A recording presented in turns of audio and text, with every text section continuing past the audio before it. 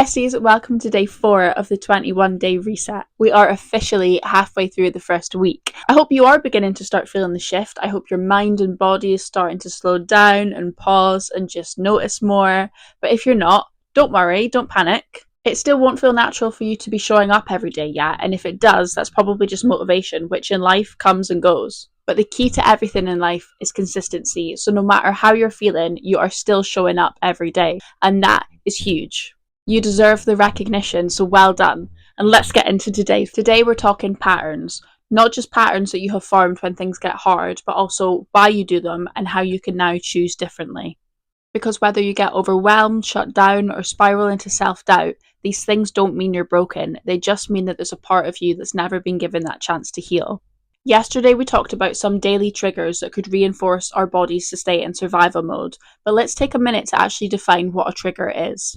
A trigger is anything that sets off an emotional reaction for you, and usually it's over something minor, but it usually results in us spiraling deeply.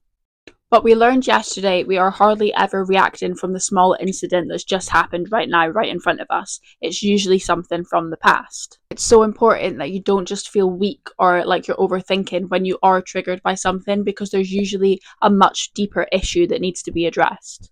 So going back to day 1, remember when we learned that having the same thoughts over and over creates a connection and then a neural pathway in your brain? Well, every time you react to the same kind of trigger, you create a neural loop in your brain. It's like your system saying, when this happens, we freak out. When this happens, we shut down. But now we choose to create change. So every time a trigger does come up, we get the opportunity to choose differently. And the first time you do that, it creates a new connection. And the next time you do that, it builds a new neural pathway.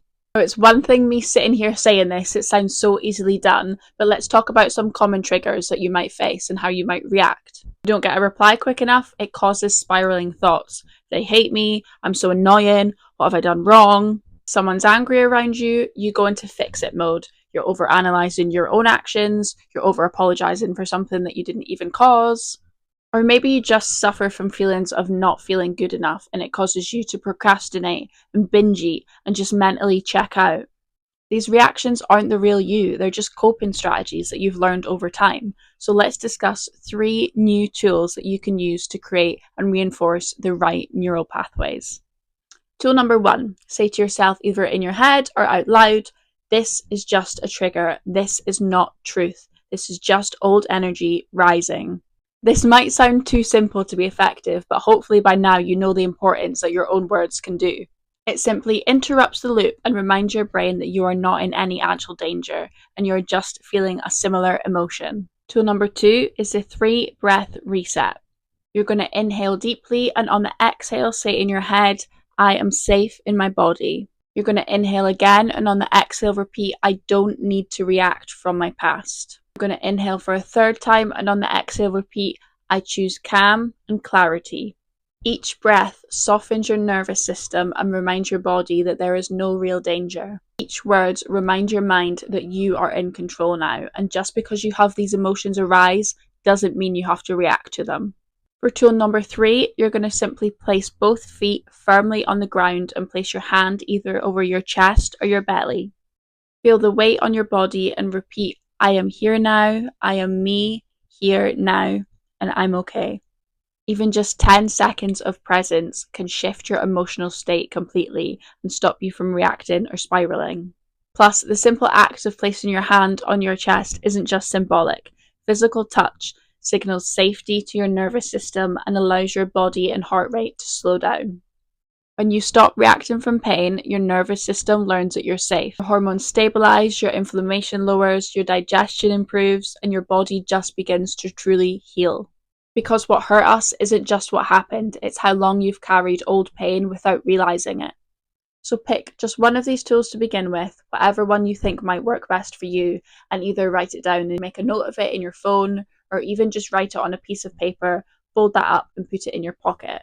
Because the quicker you can access that in the moment, the quicker you can stop that thought, change it, and the stronger it makes the new neural pathway. And once you do it more and more, the easier it's going to get every time, until suddenly, one day, you don't need to actually calm down anymore. You don't need to make a point of calming yourself down because it doesn't affect you like it used to. And that's just something that I think you need to remember about your healing journey and this whole entire process. It's not always about what you're gaining, and it's not always about what you can do now. Like, you can walk into a place with confidence, or you can stand up for yourself, or you can step out of your comfort zone. Those are incredible, yes, but sometimes it's about what we no longer are forced to experience. Like, we no longer get triggered as much, and we no longer have so much self doubt and so little self worth, and we no longer carry that old pain. Okay, it's time for today's case study, and I have chosen to do it on now 45-year-old woman called Beth. Now, Beth was the fourth child out of five in an extremely emotionally turbulent family.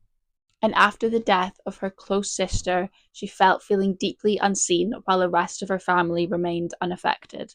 Beth went on to spend years people pleasing her mother and sister to gain love and approval, while just completely ignoring her own needs, voice, and identity.